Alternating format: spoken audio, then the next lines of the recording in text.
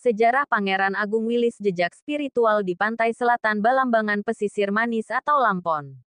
Setelah sekian lama menjadi raja di Balambangan, rasa hormat dan patuh Pangeran Danuningrat terhadap Raja Klungkung mulai terkikis. Perintah Raja Klungkung untuk menjadikan Agung Wilis adik tirinya sebagai Perdana Menteri tidak lagi diindahkan.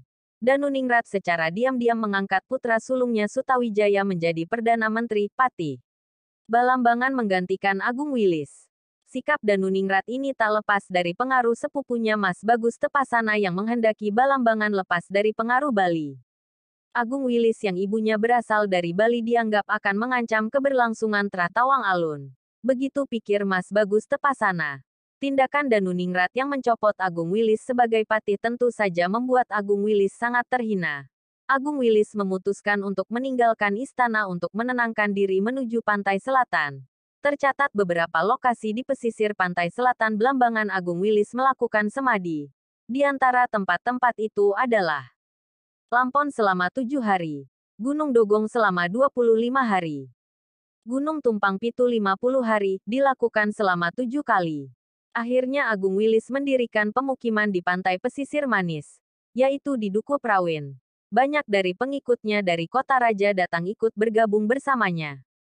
Ketika Agung Wilis berada di pantai selatan bersama para pengikutnya, datanglah orang-orang Bugis yang dipimpin oleh Daeng Pagersah dan Daeng Pageruyung mendirikan kemah di Bong Pakem. Para Daeng Bugis beserta 8.000 orang pasukannya berniat menaklukkan ibu kota Belambangan. Sumber lain mengatakan bahwa tujuan mereka sebenarnya adalah ingin melakukan demo atas tanah wilayah mereka yang diduki paksa oleh Mataram. Padahal tanah mereka di Demong adalah hasil pemberian dari Sinuhun Prabu Tawang Alun ketika sama-sama membantu perjuangan Trunojoyo melawan Mataram. Tanah Demong diberikan oleh Tawang Alun untuk laskar dari Bugis sebagai base camp dan benteng pertahanan. Namun rupanya niat mereka untuk menghadap Raja Belambangan Pangeran Danuningrat dimaksud lain. Entah bagaimana ikhwal masalahnya justru Danuningrat menganggap Daeng Bugis Ces ingin memberontak. Maka kemudian Danuningrat memerintahkan Ranggasatata punggawa perang asal Bali untuk mengusir mereka. Namun Ranggasatata menjawab bahwa ia tidak berani mengusir musuh itu tanpa Agung Wilis di sampingnya. Maka kemudian Singha Mumpuni diutus segera ke pesisir manis untuk menemui Agung Wilis. Saat di pesisir manis, Singha Mumpuni mendapati Pangeran Agung Wilis sedang membaca dengan hikmat sebuah kitab bernama Suluk Sudarsi. Kitab yang diyakini oleh para pemerhati sejarah di mana bisa mereka menduga bahwa Pangeran Agung Wilis telah memeluk agama Islam. Usai membaca Suluk Sudarsi, Agung Wilis berkata bahwa dirinya tidak bisa ikut ke Kutaraja karena sudah tidak memiliki kuasa apa-apa. Agung Wilis berkata bahwa mereka-mereka yang sudah diberi jabatan dan tanah lunggu oleh kakaknya Pangeran Danuningratlah yang semestinya bertempur melawan musuh. Setelah mendapat jawaban dari Agung Wilis, Singha Mumpuni kembali pulang ke Kutaraja dengan tangan kosong seorang diri. Namun setelah Singha Mumpuni pergi, rupanya Agung Wilis menyesal. Agung Wilis merasa bahwa memang seharusnya dirinya lah yang mampu mengusir musuh. Itulah kenapa sampai-sampai sang raja mengutus Singha Mumpuni untuk membujuknya pulang ke Kutaraja. Maka demikianlah. Malam itu juga ia secara tiba-tiba muncul di rumah Ranggasatata dan secara bersama-sama menyerang musuh di Bong Pakem. Daeng Bugis gugur dan pasukan yang tersisa tercerai-berai lari ke laut menyelamatkan diri. Agung Wilis kemudian pulang ke pesisir manis dan Ranggasatata disuruhnya membuat laporan ke Danuningrat bahwa musuh sudah diusir. Namun cerita yang disampaikan Singha Mumpuni berbeda sekali. Wilis katanya malu, tidak mau dan tidak mampu menghadapi musuh. Heran sang raja dengan mencari tahu di Bong Pakem. Dan ternyata musuh memang sudah tidak ada. Danuningrat kurang suka dengan sikap sang adik.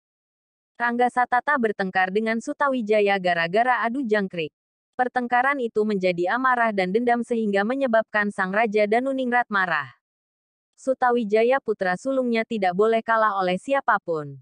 Maka kemudian Danuningrat menyuruh prajurit untuk membunuh Ranggasatata. Namun karena Ranggasatata kebal senjata, maka disiksanya Ranggasatata agar mengaku rahasia kekebalannya. Siksaan yang begitu perih menyebabkan Ranggasatata tidak tahan. Akhirnya ia mengaku bahwa dirinya hanya bisa mati dibunuh dengan cara dicekik dengan benang tenun. Maka dengan benang tenunlah Ranggasatata menemui ajalnya. Sebelum mati, Ranggasatata berucap pelan bahwa suatu saat kematian dirinya akan berbalas lebih kejam.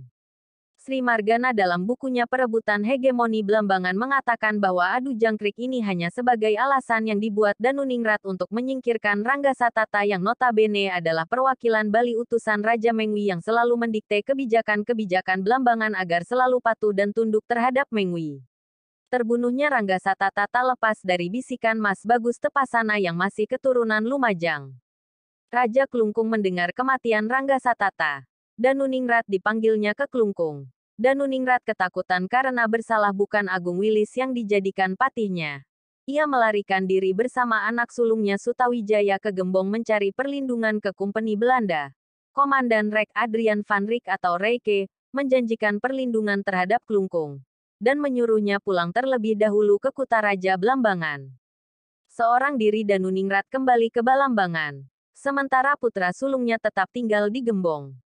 Untuk kedua kalinya Danuningrat dipanggil ke Bali. Danuningrat mengutus Singha Mumpuni untuk membujuk Agung Wilis agar mau menemaninya ke Bali. Agung Wilis menuruti kemauan kakak tirinya itu setelah sebelumnya berpamitan kepada pengikutnya dan para penduduk pesisir Manis. Agung Wilis punya firasat buruk terhadap keselamatan kakaknya. Mereka berdua menuju Bali dikawal 11 bekel Balambangan.